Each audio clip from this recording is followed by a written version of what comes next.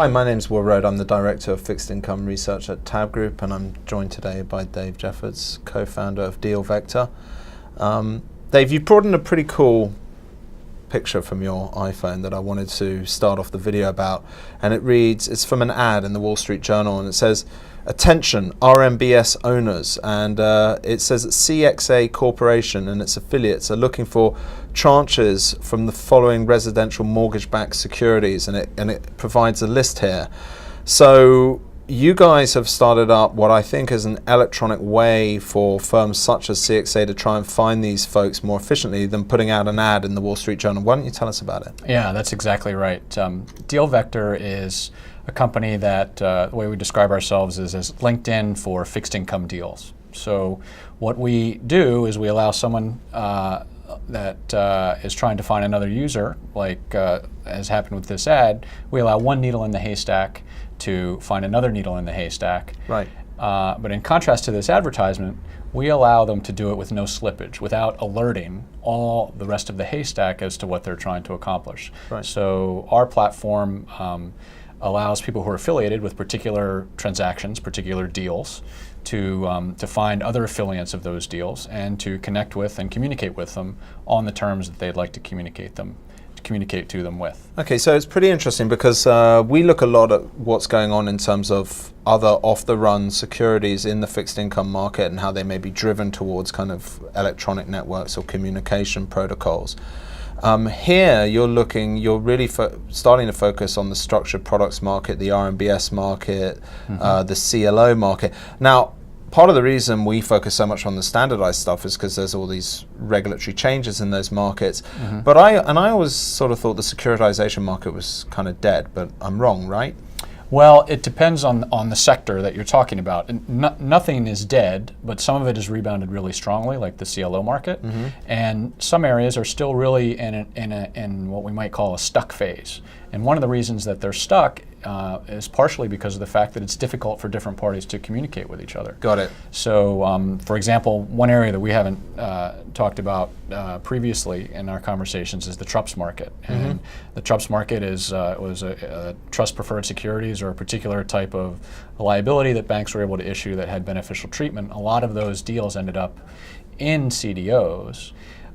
The banks now who are looking to recapitalize themselves are trying to find the holders of those deals so that they can buy back their own liabilities, and they're having real trouble doing it. Interesting. And there are lots of dollars associated with that recapitalization effort. It's not really a trading opportunity, it's almost just a restructuring type of transaction. Right. Where both sides would like to connect, but they have real trouble doing it. So what kind of community do you expect would actually populate your kind of a network? It wouldn't be traders, would it? It could be traders, but it would be what kind of folks? It could be, it wouldn't have to be. So far we have all of the financial guarantor industry is on board with our platform as charter members. We have some of the largest hedge funds in the market.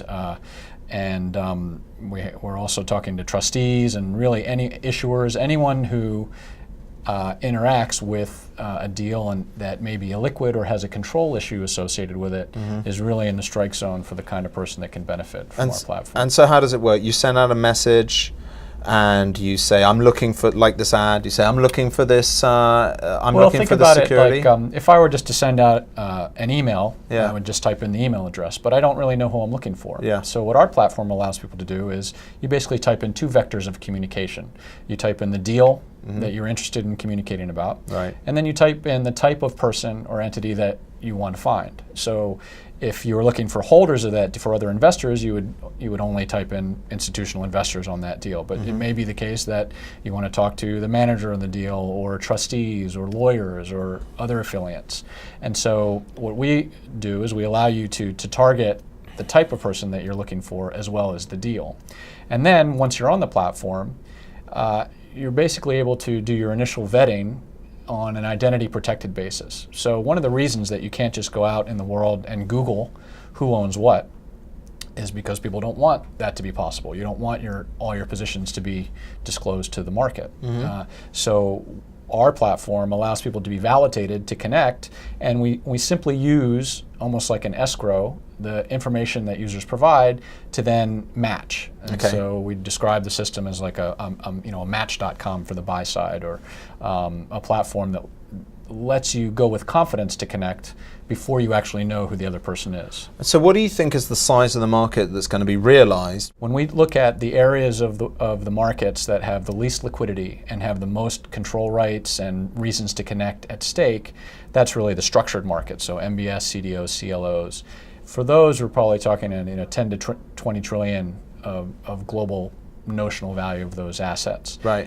More broadly speaking, the fixed income markets that are in the less liquid spectrum, fund interests, LP interests, that market is enormous and on the order of, let's call it 100 trillion. So really, really broadly applicable. So things like off-the-run corporate bonds? Off-the-run corporates, munis, international assets, non-sovereigns, the fund interests, LPs for particular investors that are affiliated with particular funds that may want to.